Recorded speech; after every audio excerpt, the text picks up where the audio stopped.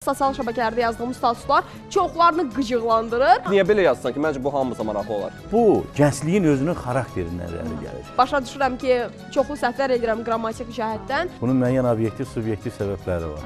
Bu sadəcə mənim özüm üçün və dostlarım arasında yaratdığım bir danışıq dilidir. Bəli, burada deməli ictimailəşdirmə var. İsmail Şıxlının bir sözü yadıma düşdü. Əlimizlə elimizi verməyək. Ümid edirik ki, doğma dildə düzgün yazıb danışa biləcək. Lazım gələndə xarici dillərdən də istifadə edirəm. Xarici sözləri artıq yox demək vaxtıdır.